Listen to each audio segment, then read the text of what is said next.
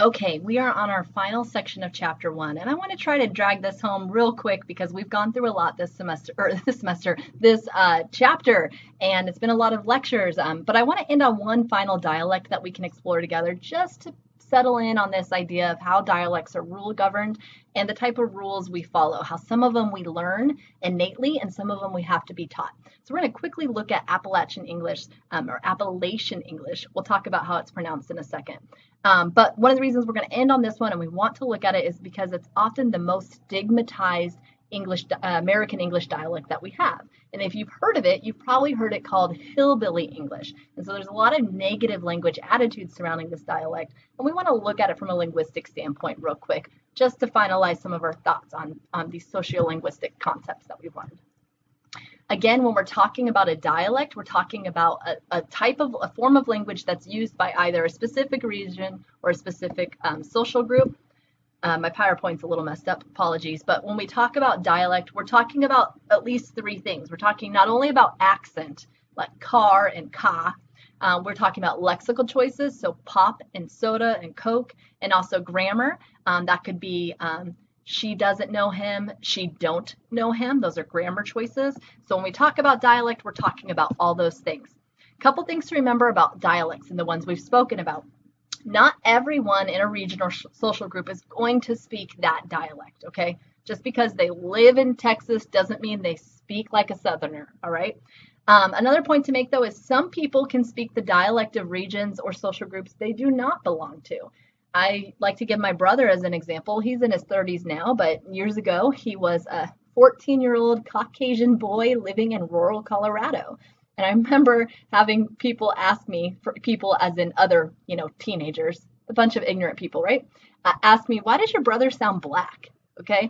And the question's a little ugly sounding, but I think what I'm using this illustration to get at is the observation, the linguistic observation they were making, which is this. My brother was very heavily influenced and enamored by the hip hop community. He loved it. It really influenced him and shaped him, especially the late 90s stuff. I mean, that was some good stuff. Those were some good years. And so he took on a lot of the dialectal features that would be typically associated with the African American vernacular English dialect. So the question, why does he sound black? It's not worded very education-like, but what it really is tapping into is the fact that my brother did not actually live in or belong to that social group or live in a region where that dialect was prominent, but he was still influenced by it enough that he could live elsewhere and still have those features, which I think is pretty amazing. Dialectal features can overlap, so just because we say Southern English speakers say this, it could be that African American vernacular English speakers also do it. So there are some rules and features that overlap between the dialects. In our final note, all dialects are grammatical and all are rule governed. Let's talk about being rule governed. Here's a rule that we've kind of explored already in these lectures. On the left-hand side is standard American English and how we use the verb, the auxiliary verb do and the negation not. So I don't, you don't, they don't, we don't. And then we saw the example, she doesn't know him. Okay, but on the right, we see a feature of Southern English, and we see the I don't, you don't, they don't, but we say the she don't know him. We've already explored here that we knew she doesn't know him is the good English. I use this quote slightly because what we're saying is it's standard, it's following the standard rule. But I have to ask you the question, which one would be easiest to teach? You're teaching a beginner English language learner. Which structure is the easiest to communicate about and teach? I don't want you to think about it as a native speaker. I want you to think about it as an educator. And the reality is the one on the right might be a little easier structure-wise to teach because there's a lot of consistency. There's no variance when you get to those other pronouns. We have other rules we follow, and some of them we're not taught. Just like the one in the prior slide, we're not taught these rules necessarily. We might observe them. But these are especially rules right here that you're not taught, you just naturally acquired. In English, we actually give the plural S 3 different sounds, or 2 different sounds. It can be like S, like a snake sound, or Z, like zebra, like a Z sound. So let's read through these words together, and I want you to think what sound you're giving that plural S. Weeks, webs, briefs, bags, beds, backs, bells, bits. Hopefully you're able to hear that and observe that you're giving the S two different sounds depending on the word. So my question for you is, what rule are you following? Can you think of what the rule is? If you want more time to think about it before I show you the answer, go ahead and pause. But I'm going to go ahead and move on. This video will actually show you we have 3 different sounds that we give S in English. You can watch it on your own time if you'd like. So here's the rule with the plural. Whether or not we give it the S or the Z sound has to do with the last sound of the word. So cat, that T, we are going to follow T with cats, desks. Then when we get to other consonant sounds, dogs, bibs, we're going to follow it with the Z. So this is a rule based on that consonant sound, which we'll talk more about in phonology, that you have learned somewhere. I have 2 young children, ages 6 and 7. I have never had to correct them on what plural S sound to make. Never once. There's no one in here who can tell me they've had to correct their children on this, because somewhere it's just naturally observed and it's naturally acquired. We call this a rule of nature because for some reason you just learn it. You're not ever taught it. And we have a lot of these rules in language that we've just learned and we're never taught. It's executed consistently across the dialects. And this is what linguists would consider grammar. When we're talking about the grammar of a dialect, we're talking about all these rules of nature. Rules of etiquette are different though. These are the things that your English teacher in high school told you, don't do this and don't do this when you write. Those are rules of etiquette. Those are rules that someone had to teach you. When you looked at the online work and saw those several sentences where you had to correct the grammaticality of them, what you were correcting and trying to identify were the rules of etiquette.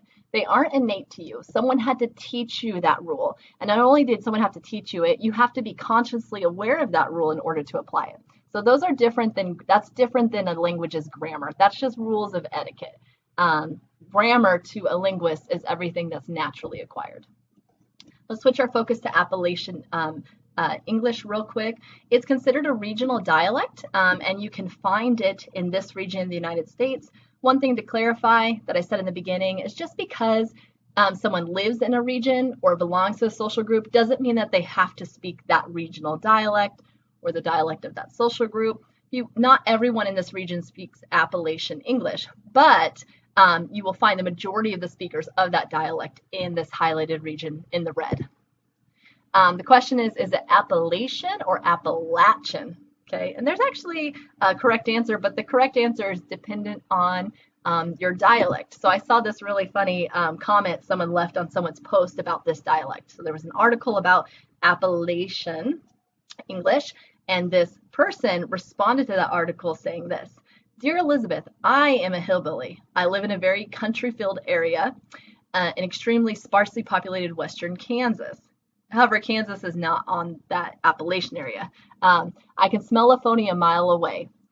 Anyone who bends over backwards to say latch is a silly, stupid phony who is trying to be native and local and cool." So this person is saying it's Appalachian.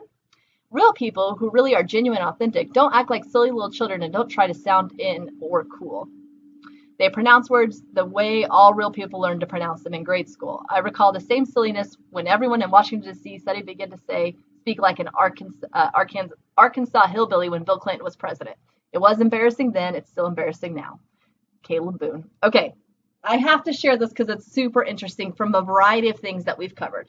One, here's someone saying they belong to this Appalachian dialect, right?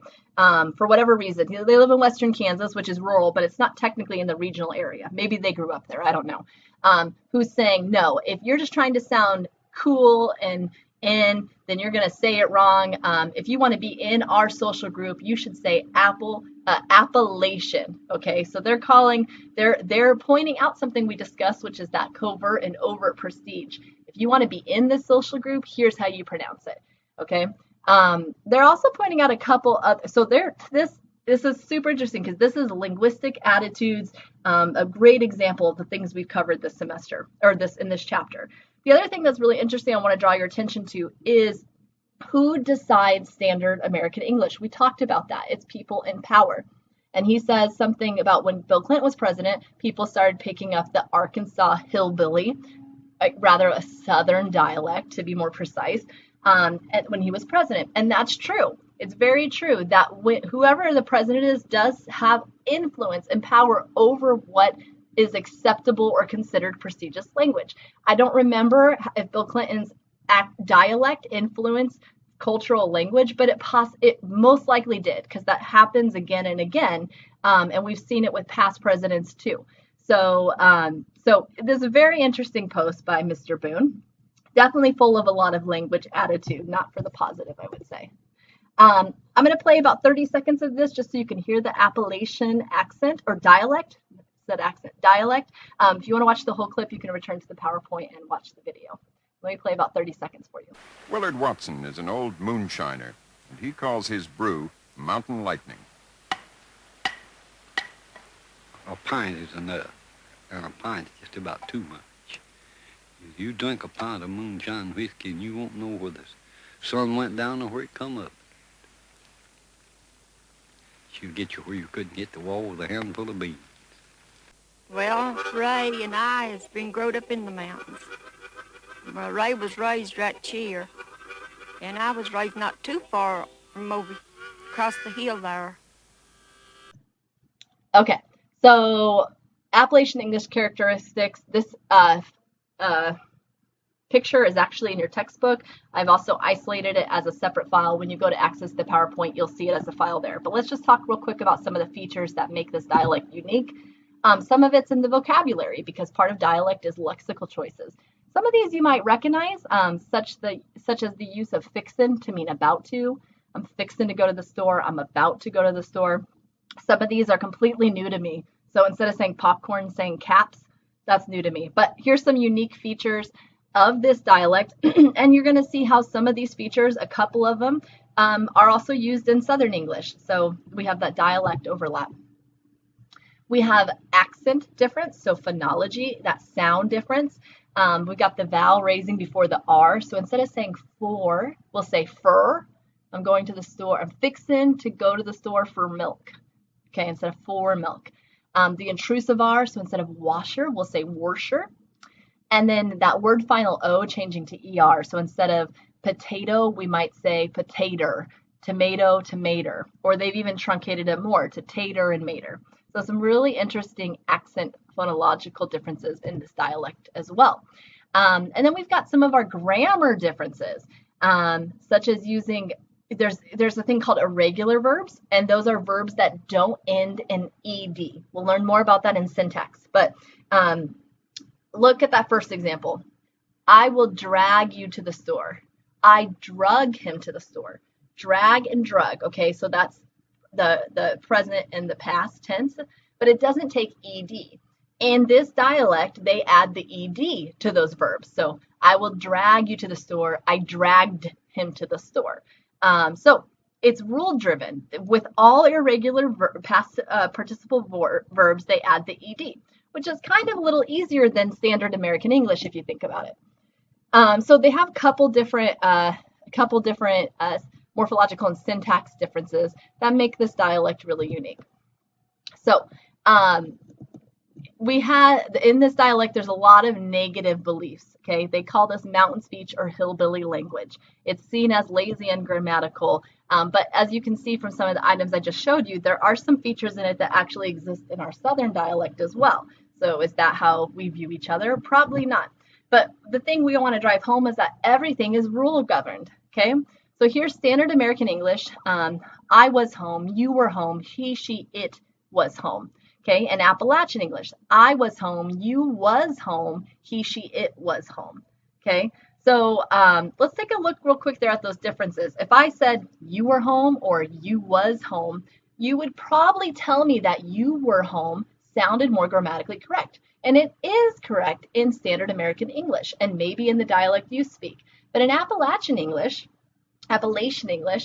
you would say I was home, you was home, he, she, it was home. Okay, and we're talking about the singular was, meaning one person was home, singular you. But if we look a little closer at these things, well, let's look at this. You was going to the store last night. You were going to the store last night. Most people would say the bottom one sounds more correct. And And it is per standard American English, but if you're looking at Appalachian English, you was going to the store last night is more correct. I have to ask the question again. I get it. It's different than standard American English. Saying you was home sounds like a foreign dialect, right? It doesn't sound right to you. But let me ask you this from a teacher standpoint. Which is easier to teach? Which one would be easier to teach a young English language learner? And the reality is the Appalachian one would be easier to teach because it's got its form and function, its rule is very straightforward. There's not some inconsistency. Now, it doesn't make standard American English bad. It just has different rules. And I would say on a simplicity level, the Appalachian English is probably a little more simple to teach as an educator. And too bad you can't, because I'm sure your textbooks are all standard American English.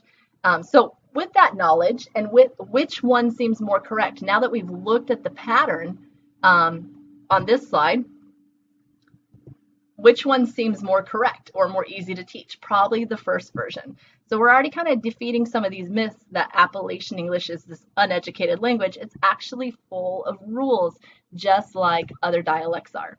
I'm not going to play this video. If you have the time after watching all these lectures, feel free to go watch it. But this guy runs a channel called the Linguistics. He does such a fantastic job of opening up your mind to these topics a little more. So you can go to the PowerPoint and watch this video if you have time. In conclusion, here's what I want to say. What we deem as incorrect is not always linguistically illogical. So even though me saying she don't know him, you was home, sounds incorrect based on standard American English terms, looking at the grammar side by side, those dialects actually linguistically made sense. They made plenty of sense. They were actually, to some degree, a little more clear-cut and straightforward than the standard version. What is linguistically logical is not always what we deem most correct. So again, the you don't know him, she don't know him, we don't know him, that dialect, it was logical. The rule they were following was very logical and clean cut, but we don't see it as correct English.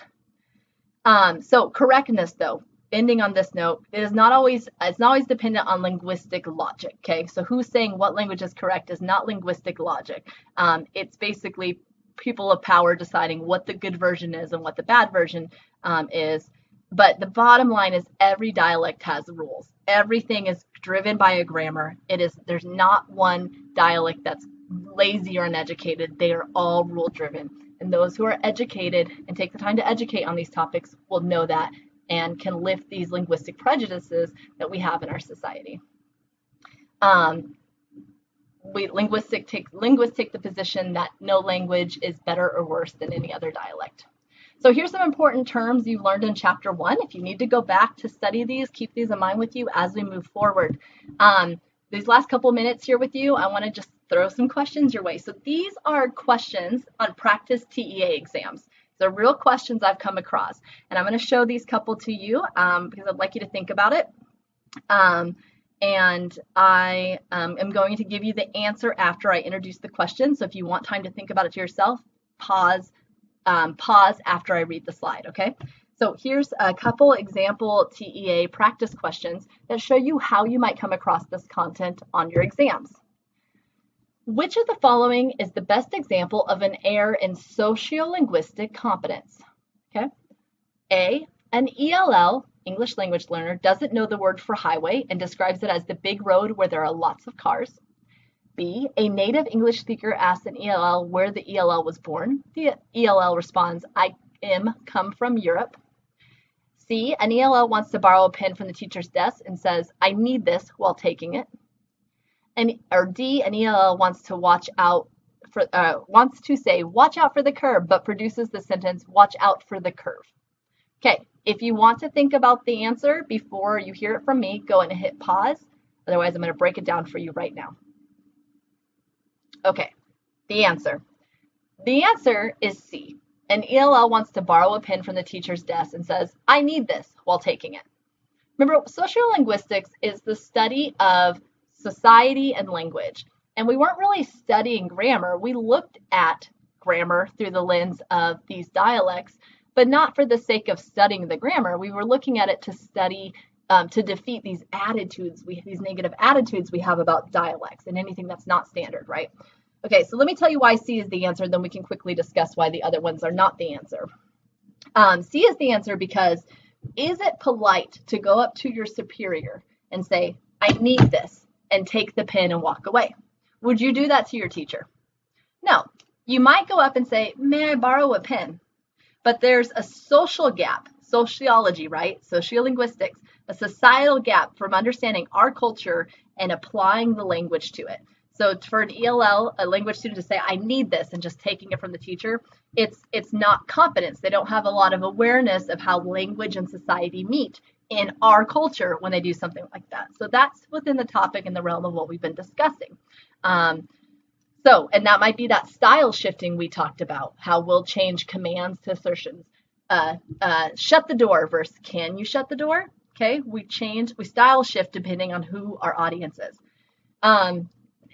Option A, an ELL doesn't know the word for highway and describes it as the big road where there are lots of cars. That's a syntax issue. Or lexicon, right? They just don't know the word for it. It has nothing to do with society. Communication's still there. They just didn't know the single word. A native English speaker asked an ELL where the ELL was born. The ELL responds, I am come from Europe. Well, there's a syntax issue. I come from Europe, right? We haven't looked at syntax yet, but we weren't talking about correct grammar necessarily in this section. We were talking about attitudes we have about society in this section. So yeah, there's an error there, but it's not a sociolinguistic error. There's nothing rude or offsetting about what the student has said. It's just they're not using a rule that they probably need to learn. D, an ELL wants to say, watch out for the curve, but produces the sentence, watch out for the curve.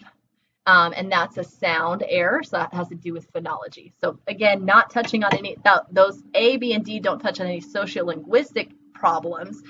They touch on other areas of linguistics that we'll be looking at soon. Let's go to the next question. An ELL approaches the teacher and says, give me a piece of paper.